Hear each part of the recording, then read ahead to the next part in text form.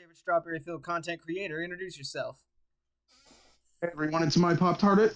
My Pop Tart. We're back at it again, and yeah, it's been a long time coming. I'm looking forward to coming. I was looking forward to coming back and to talk about Hazbin is that's pretty cool to me. Yep. So what we're doing here is we're doing the Season 1 Hazbin Hotel song ranking. This is purely Season 1, so no pilot and no addict will be appearing. Just the first 16. But if we were talking real, Poison would be pretty high. I mean, not Poison. Addicts. Addict. Yeah.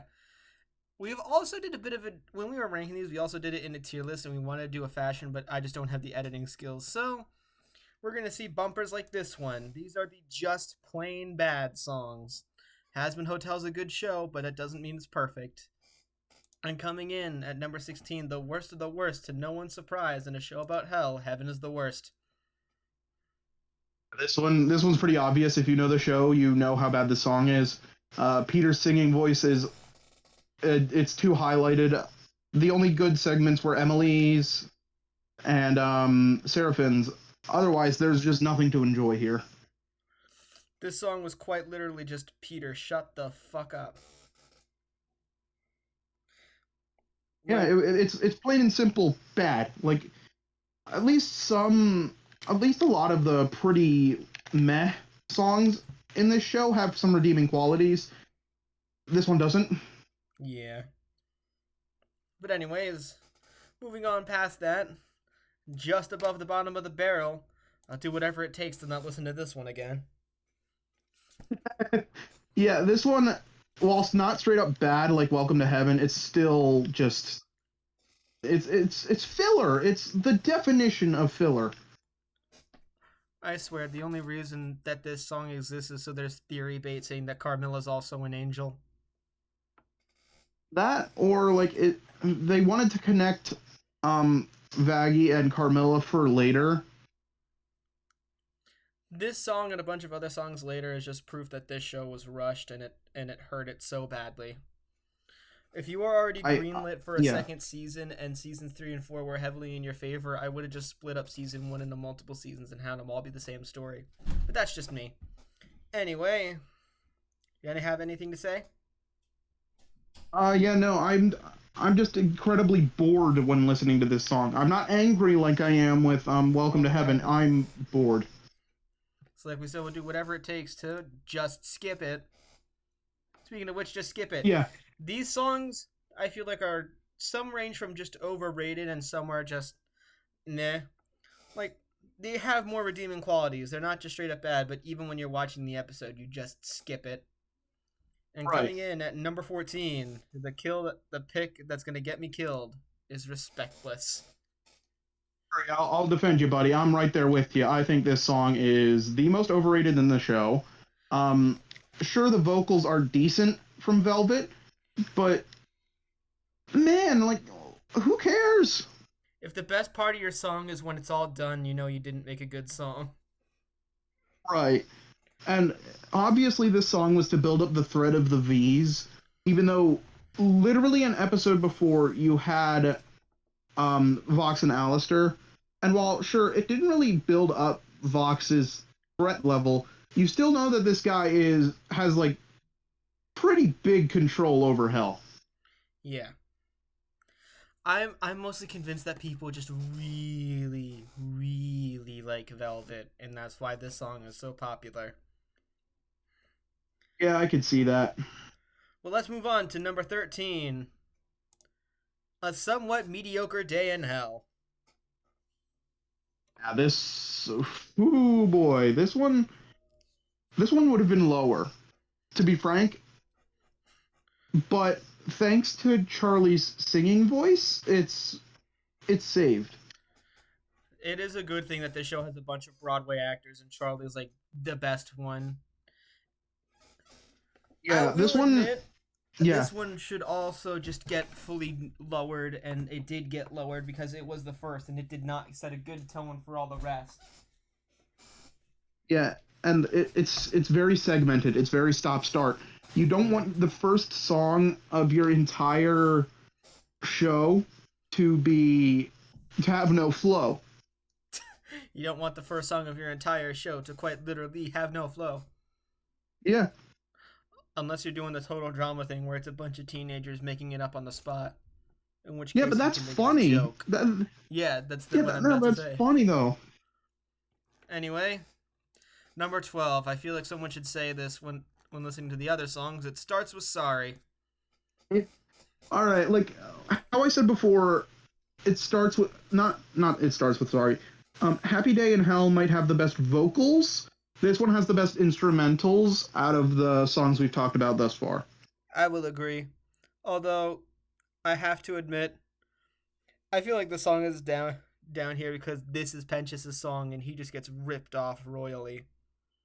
Yeah, I know. I love the dude.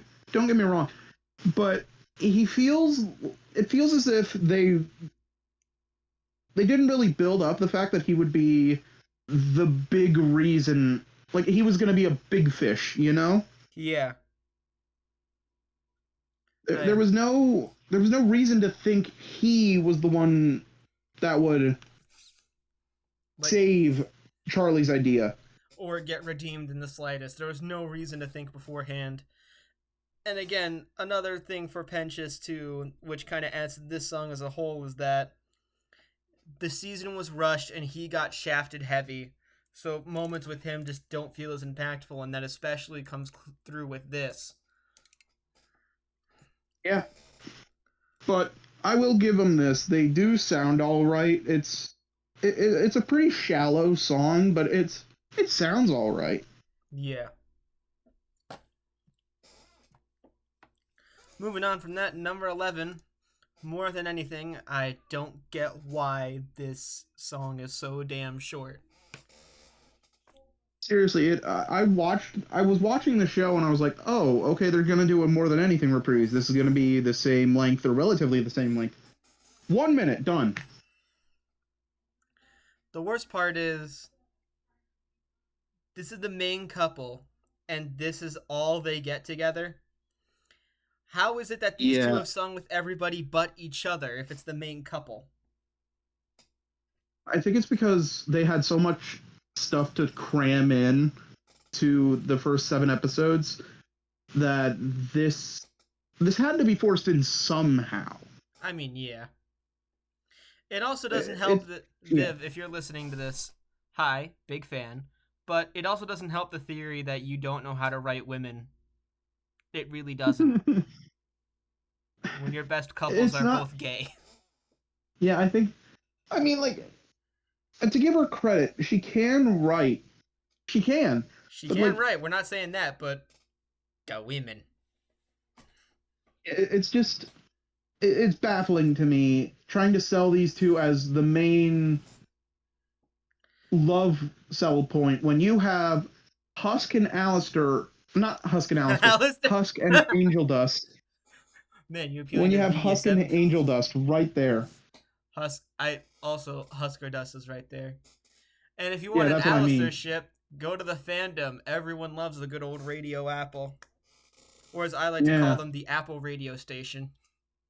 But anyways, moving on to another jump in quality, we have the Only During the Episode songs. We'll actually listen to these, but only when we're watching the episode. It's not on the playlist yet. And coming in at number 10, Someone's Out for Love. Oh man, I really pushed for this to go into Skip, but I do think that I will give this song credit for the clearly catchy beat it's got going.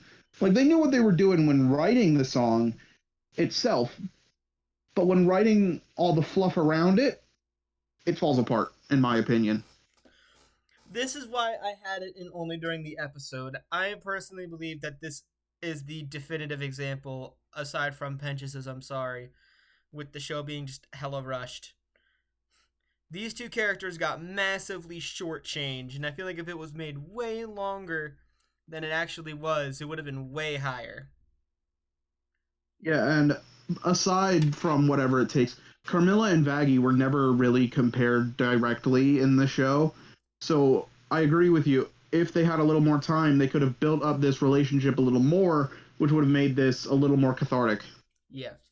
Am I also gonna say this? Doesn't this sound like Garnet's song from Steven Universe? I know he hasn't watched Yeah. it, but to anyone who has, am I the only one who's going crazy making that comparison? Put it down in the comments below. Coming in at number 9, you didn't know Pop Tart had a lot to say about this one, did you? So take it away. Man, yeah, I did have a lot to say about this. I like this song, but a lot of it infuriates me. Like, I feel like there are so many good elements here. The Charlie and Emily duet was fantastic. Some of Adam's bit was really, really good. And the lore implications behind this song are stronger than most in the franchise. However, I feel like some of the songwriting was god awful. For instance, the one that gets me the most is when Adam is singing with like with Charlie. He's like, don't you think your little girlfriend might be a liar?" When it could have been, "Don't you little think your little girlfriend might be lying?" I'll agree with that one, but then there's the more egregious example you said, which I don't agree with, so continue. Yeah, what I also said was Charlie saying that's what the fuck I've been saying. When it could have been, "That's what I've been fucking saying," which would have flowed a lot better in my opinion. I honestly like that's what the fuck I've been saying. Because it's what the fuck I've been saying this entire time. We've been saying fuck. Fuck, fuckity, fuck, fuck, fuck. I don't see how it Yeah, hurts anyone. Yeah, no, I get that, but I don't know. Something about my like ADHD kicks into action as soon as I hear those lyrics.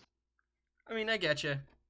I put it down here in the middle too because I feel like this song is the only real example of just how does it end up being like, because the Charlie and Emily duet's amazing. If it was just the Charlie and Emily duet, it would be way higher or way lower because the length. But if it was a whole song of that, boom, great, instantly amazing, top 3.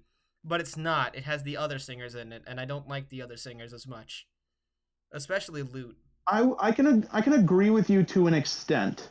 I don't like Lute. I don't like Adam until the end. But Sarah sounded really good in this song. Like, now, granted, she's not a great character, but she sounded really good. I'm not really gonna heavily complain about Sarah. I'm more just gonna complain about Adam and especially Lute because that's those fair. two were there. Sarah was an important part of the song of making it happen. I just wish they blended her a bit better. But anyways, number 8, much like we should be doing, the show must go on. I like this song a lot. I would have put it in the tier above, but I got some pushback. Yeah, from me specifically. You go ahead. You explain why you don't want this up in the next tier. I'll explain why I take this to show up. It's another one of those. This song, I love the V's foreshadowing parts, and I love Alistair's weakness parts. I really do. But it's another situation like Happy Day in Hell, where it's a start and stop. It's start and stop. And it takes a while to pick up, too, because I don't really say that it gets good until the V's and Alistair's part. Yeah, but here's the thing. You have to admit, the V's and Alistair are some of the best song portions in the entire show. Oh, no, I understand. Agree. Yeah. I absolutely agree with what you're saying. I'm just saying that the stop and start nature of the song is very just not my style, and I wish it just kind of flowed into each other, or at least had a bit of an instrumental slide to it that it doesn't really have. I can see that, but man, as soon as V kicks in the door, the song goes up a notch. Like, it's ridiculous. Overlords are hanging by a thread with a little bravado. Yeah. Dude, don't get copyrighted. But relax, it's my voice. What is someone with high school music theory gonna do? Get sued for what? An audience of no one? No, trust me, dude. Nintendo's gonna. If Nintendo was the one owning this, they'd be on your butt. Nintendo was the one owning Luigi's Mansion 2, and I had no problem copying that to shreds. But Fair enough. anyways, we're gonna move on to a new tier on my playlist. These songs are really damn good to the point where I listen to them outside of the episode. And coming in at number 7, if we want, if Welcome to Heaven was so bad, I'd rather be in Hell and Forever, because guitar solo, fuck yeah. Yeah. Hell is Forever is probably the funniest of the songs, except for maybe one coming up. But man, does Adam carry? This guy is awesome For his in only this. solo song, they did a damn good job. They did a damn good job. Yeah. And while there are some pretty big complaints, given that this was the first episode, I was expecting a few hiccups in the animation, but this song has some pretty egregious animation instances. I'll be honest, I don't like the Charlie's intro, and I'm glad it was faked out. Yeah, so neither did I. I thought, oh boy, we're getting another Charlie song, but I'm glad Adam cut in. All I want to do is like, and then I took over the song, and it was awesome. Yeah. Anyway, how was your weekend? Cool. I had sex, and it was awesome. Yeah. Who doesn't enjoy So the yeah, clapping too for Hell is yeah, Forever? yeah. So I like the song a lot, but it's got a few problems. Yeah, it's hiccups, but hey, it's on the playlist, so it's pretty damn good. Moving Yeah. at number 6. Are you ready for this? Because I'm not. Yeah. All right. Well, to start off, this is another song, at least for the both of us, that starts off low. You know, like the opening part is just not the strongest, but as soon as Alistair says "Angels you can eat," Yeah. it goes off. As soon as it starts pulling off the Mary Poppins parallels, it starts working. It's like, oh, okay. Okay. Okay, I see what you were doing there. Yeah, I Yeah, see. yeah. I mean, I love the callbacks from the crowd of cannibals. They sound fantastic. Also, to anybody named Susan in the audience, fuck you, you old bitch! Yeah, Susan was the only funny part of the intro. Honestly, like she was pretty fun, but man, when I started hearing this song, I was not a fan. Because, ladies and gents, this is where we pull from the Book of Comedy Gold. Yeah. Mm-hmm. But coming in at number 5, more than anything, I do not want to hear the reprise, just this version. Uh, it's pretty. Honestly, it's pretty fantastic. There isn't a lot to critique in my opinion. It's just straight up good. The animation's good, the singing's good, the music's good. What's going on in it is good. It just, I guess, it needed a little more pizzazz. Yeah. I like Jeremy Jordan and I like Erica Henningsen, but whenever I think of this song, I think of it was almost Alfred Yankovic who was Lucifer, and I thought that would have been so weird. Would have been weird, but at least he got the animated video later down the line. Yeah. Fun fact: even Lucifer was always envisioned to be Alfred Yankovic, but my man's was like, that's too much swearing for me. I'd love to work with you. I like your stuff, but that's too much swearing, and I don't want to do that. I don't mind Jeremy Jordan replacing him though. I do Oh like no, Jeremy Jeremy Jordan. Jordan's great. Yeah, but I honestly think it if we worked do out have for the. one, No offense, Al, but I think it worked out better. yeah, if I did have one critique, it's the thumbnail. What is that, bro? I think after looking at this, you don't see these characters with their mouth closed, and so this is just so weird and for its center, especially with Charlie. Like you never see her like that, and then Lucifer just looks tired with the lines under his eyes. It's weird, but yeah. Otherwise, the song is just really good. But yep, coming in at the top 4, and the top 4 get a tier of their own called "Stuck in Your Head," because much like number 4, everyone gets poison stuck in their head. Yeah, this one was actually the one we probably debated the most. I wanted it up here. I believe you wanted it down in playlist.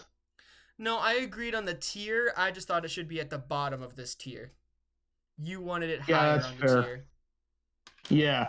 Um, it's just because that poison to me is when the characters are like the character that they're focusing on is at his strongest. Like, is This it is just yeah. I'm gonna ask this right now. Is it just me, or was like Poison always intended to be the big stopping song? Like it's the only one that really got its own music video in that same Oh, vein. absolutely. Yeah, oh, absolutely. Poison was the selling point, and to be honest, they picked a really good song to be the selling point. Not the best, but a damn good one. Yeah. And the fact that it made it to 19, not 90, 19 on the Billboard Top 100 is ridiculous.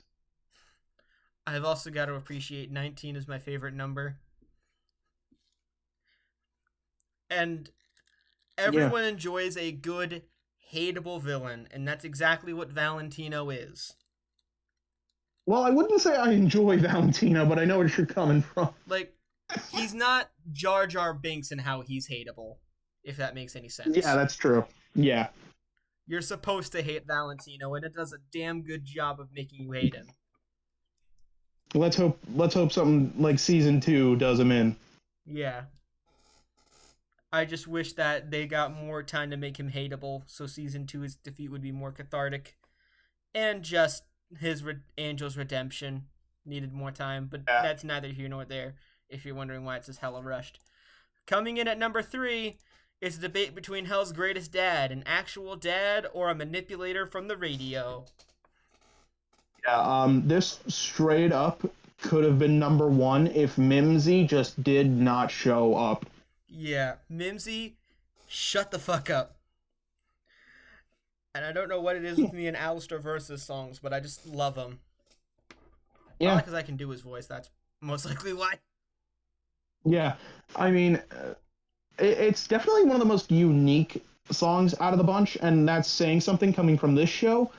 But that's not to say unique is equals bad. This is a very, very fun song, Hey, and it's unique's not bad. It's yeah, this high up for a reason. yeah, exactly.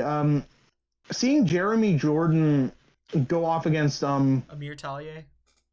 yeah, going on like that is one of the weirdest singing battles I think I've ever heard of. And I point out that Weird Al was supposed to be Lucifer. I'm not a supporter of AI or AI art, but if there was one time I would make an exception, it would be to hear this song sung in Weird Al's voice, because I absolutely want to know. This song definitely feels polka-fied to allow Weird Al to sing it, but how would the song work if it was Weird Al instead of Jeremy Jordan? I don't know because, like you said, it was a little pokey, but this is clearly a swing song. It's clearly a swing song, but they just polka-fied it a bit. Yeah, well, maybe we'll see a Weird Al AI cover. Yeah, you can probably just look it up on YouTube. Yeah. Anyway, But much like AI, number 2 should have is stayed gone. AI should have stayed gone. I don't know what I was trying to do here. Anyways, dude, Pop what was Tart, your theory. that? Oh yeah, my little theory. Um, I mean, this is just a little stupid thing that I've been thinking of, but I'd like to think that maybe Alistair and Vox are brothers. I could I could really imagine Vivzy Pop writing in the line of like Alistair or Vox going around saying "brother" and then like crowd gasp, sound one. I mean, she did write in the line slurs for penguin noises. And that's awesome. So yeah, I Slurs! slurs anyway. You know, I really could see this turn into surprise. They were brothers. Yes, Alistair's the older brother. And the ending. Yeah, That fucking ending is menacing. it's probably Alistair at his best. Now, I realize that Alistair has a lot of highlights in this show, but at the end of Stayed Gone, Oh my god. The end of Stayed Gone cemented him as my favorite character. Well, Husk may have Husk has something a claim there. Husk definitely has something to say of process of elimination as anything. He's a close second, but this moment in particular was too powerful. Respect the Yeah, tuxedo, and I respect the dealmaker archetype. It's why I like Facilier. I love Facilier. Facilier is awesome. But I will say Plus, this. it's Keith David. Yeah, Keith David.